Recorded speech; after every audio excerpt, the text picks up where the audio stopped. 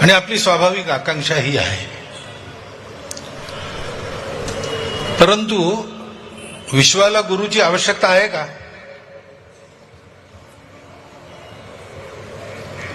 आजची स्थिती विश्वाची अशी काही आवश्यकता असल्याची लक्षणं प्रकट करणारी स्थिती आहे की कशी आहे? कारण असं म्हणतात, आणि ते खरंही आहे, की पूर्वीपेक्षा आजचं जग हे फार सुखी आहे.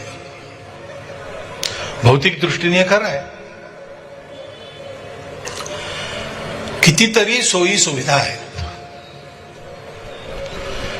पूर्वीच्या काळी रोग यायचे आणि हजारो बळी घेऊन जायचे.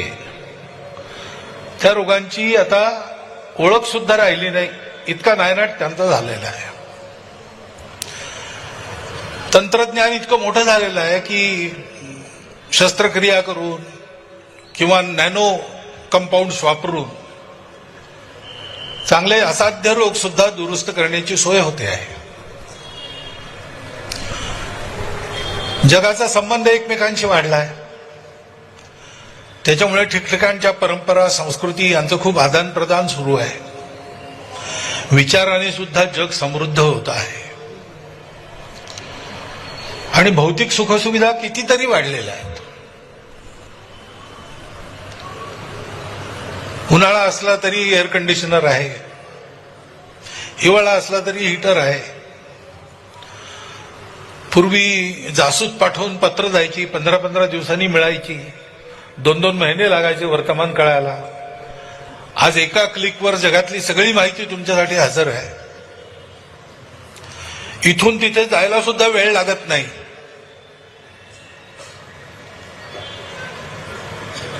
खूप गतीने दूरदूरच्या देशांमध्ये आपण पोहोचू शकतो. अनेक ज्यांचे उद्योगधंदे मोठे आहेत आणि बाहेर आहेत, भारताच्या बाहेर, ते लोक जर पुण्याहून हडपसरला जावं तसं आठवड्यातून 2-3दा जाऊन येतात तिकडे. अशी स्थिती असल्यामुळे जो कोणी गुरु असेल जगाचा आतापर्यंतचा, त्याच्या मार्गदर्शनाखाली सगळं नीटच चाललंय. गुरुची आवश्यकता काय असा प्रश्न पडतो, विचारतात लोक. परंतु हे विचारताना हेही लक्षात येतं की ही नाण्याची एक बाजू आहे.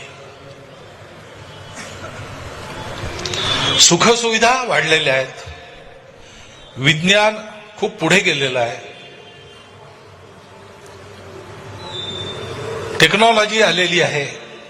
त्याच्यामुळे खूप गोष्टी सुकर आणि गतिमान झालेल्या आहेत. ह्या सगळ्या गोष्टी बरोबर आहेत आणि चांगलंही आहेत, उपकारकही आहे. परंतु हे सगळं कशा करताय? सुखा करताय. ते सुख मनुष्याजवळ आहे का?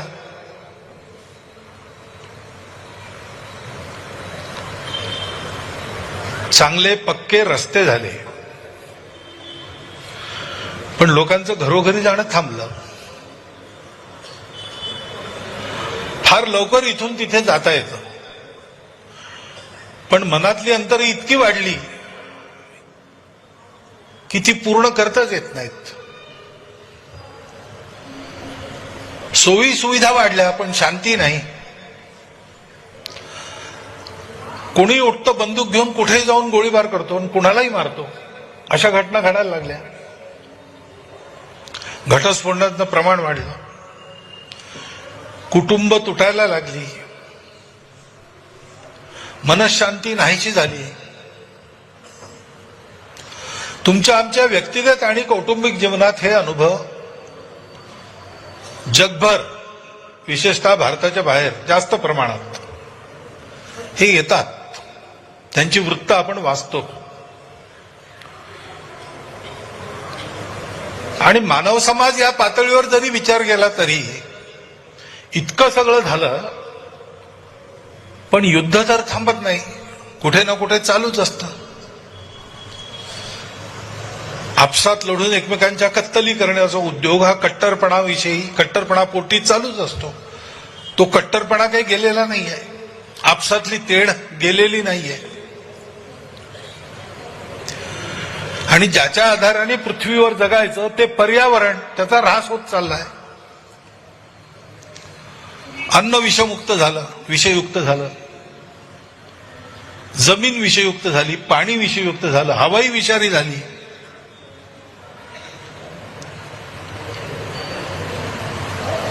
ऋतू अनियमित झाले. पाहिजे तेव्हा पाऊस येत नाही आणि येतो तेव्हा सगळं वाहून घेऊन जातो. जमीन सुद्धा अस्थिर झाली, ढळायला लागली, हलायला लागली, गावाच्या गावं गडप करून चालली. हेही आजच्या परिस्थितीचं एक वर्णन आहे. ह्याचा विचार कसा करायचा? एक विचार असं म्हणतो की हे असंच असणार.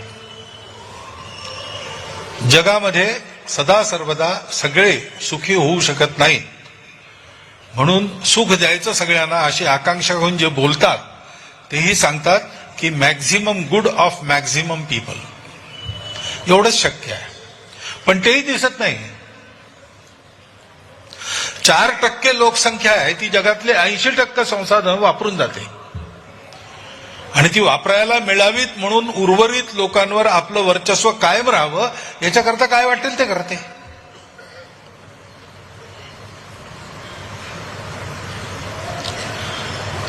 ही सगळी संसाधनं आपल्या हाती केंद्रित राहावी याच्यासाठी जगातले काही थोडे मोठभर धनपती हे एकत्र येऊन काय काय करताना दिसतात. त्याला डीप स्टेट असं म्हणतात. हे सगळं उघड होत चाललेलं आहे. त्यामुळे maximum good of maximum people होतच नाही.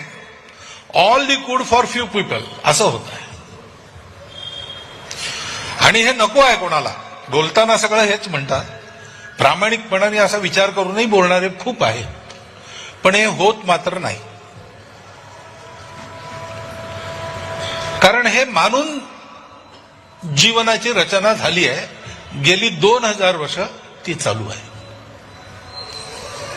की जगामध्ये हा नियमच आहे की सगळ्यांचं भलं होणार नाही. भलं फक्त जे शक्तिवान आहेत त्यांचं होईल. Survival of the fittest. आणि त्याच्यामुळे शक्तिवान बना. जगात स्पर्धा आहे, सगळ्यांनाच पाहिजे आहे.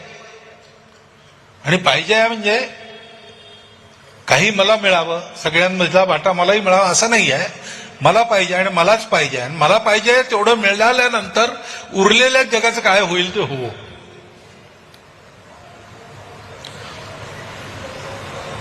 त्याच्यामुळे जगामध्ये अस्तित्वासाठी संघर्ष आहे. सगळ्यांचा संघर्षच आहे. कारण सगळे वेगवेगळे आहेत. मला माझं पोट भरायचं आहे, तुम्हाला तुमचं आपापलं पोट भरायचं आहे. मला जगायचं आहे, सृष्टीला जगायचं आहे की नाही हा माझा विचार नाही. मला जगायचं असणं आहे याच्याकरता जर मी सृष्टीचा विध्वंस करेन तर ते योग्यच आहे, कारण मला जगायचं आहे. उत्क्रांती झाली असं म्हणतात ना. उत्क्रांतीवाद सांगतो की केव्हा तरी काही लाख वर्षापूर्वी म्हणा किंवा अब्ज वर्षापूर्वी म्हणा मानव प्राण्याची उत्पत्ती झाली. आणि तो मानव प्राणी उत्क्रांतीच्या दृष्टीने सृष्टीच्या प्राण्यांमधल्या शेवटच्या अर्ध्या भागात कुठेतरी होता, ज्याला फूड चेन म्हणतात. मोठा मासा छोट्या मासाला खातो, जीवो जीवस्य जीवनम अशी प्रकृती चालते. तर त्याच्यात सगळ्यात मोठा खाणारा, ज्याला खाणारे फार कमी आहेत, तो राजा, तो माणूस नव्हता. पण माणसाला ही विचारशक्ती, निर्णयशक्ती ही कशी प्राप्त झाली? पण प्राप्त झाली एकदा. आणि त्यानंतर जो उत्क्रांत मनुष्य आला तो त्या आपल्या अगदी खालच्या स्थानापासून एकदम कळसावर जाऊन पोहोचला. आणि त्याच्यानंतर त्यांनी काय काय केलं ह्याच्या यादीमध्ये कोणी काय केलं, कोणी काही काही केलं, कोणी काही केलं नाही, असं सगळं आहे. पण सगळ्यांनी म्हणून एक गोष्ट निश्चित केली आहे की जीवांच्या आणि वनस्पतींच्या जितक्या प्रजाती होत्या त्याच्यातल्या अर्ध्यांच्या वर नष्ट केल्या आपल्या खाण्यासाठी. अशी प्रचंड भूक असल्यामुळे मी खायचं आणि बाकीच्यांचं काय होतं ते त्यांनी पाहून घ्यावं. त्याच्यातले मला जे उपयोगी असतील ते जगतील असा मी प्रयत्न करीन, मला उपयोग आहे तोपर्यंत. बाकीच्यांची चिंता करणार नाही, कारण आम्ही सगळे वेगळे आहोत, दिसतोच वेगळे ना. हे जे सगळा विचार आहे हा दिसतो डोळ्यांनी, अनुभवाला येतो, प्रत्ययाला येतो. आपण सगळे वेगवेगळे आहोत, रंगानी, रूपानी, भाषेनी, पूजेनी, आणखीन जे जे म्हणाल ते. मानवजात एकच आहे असं म्हणायची चाल आहे, पण खरं पाहतो तर आपण सगळेच वेगळे आहोत. आणि याच्यापेक्षा वनस्पती सृष्टी, प्राणीसृष्टी वेगळी आहे, प्राणीसृष्टी, वनस्पती सृष्टी वेगळी आहे, सगळंच वेगवेगळं आहे. आणि त्याच्यामुळे जीवनाचा नियम हाच, survival of the fittest, struggle for existence. त्याच्याकरता सगळ्यांकडून घ्यायचं, आपल्याला पाहिजे तेवढं घ्यायचं, त्याच्याकरता शक्ती पाहिजे, म्हणून फिटेस्ट पाहिजे. आणि जे उपयोगी असतील त्यांना ठेवायचं. उद्या खायला बकरीचं मांस पाहिजे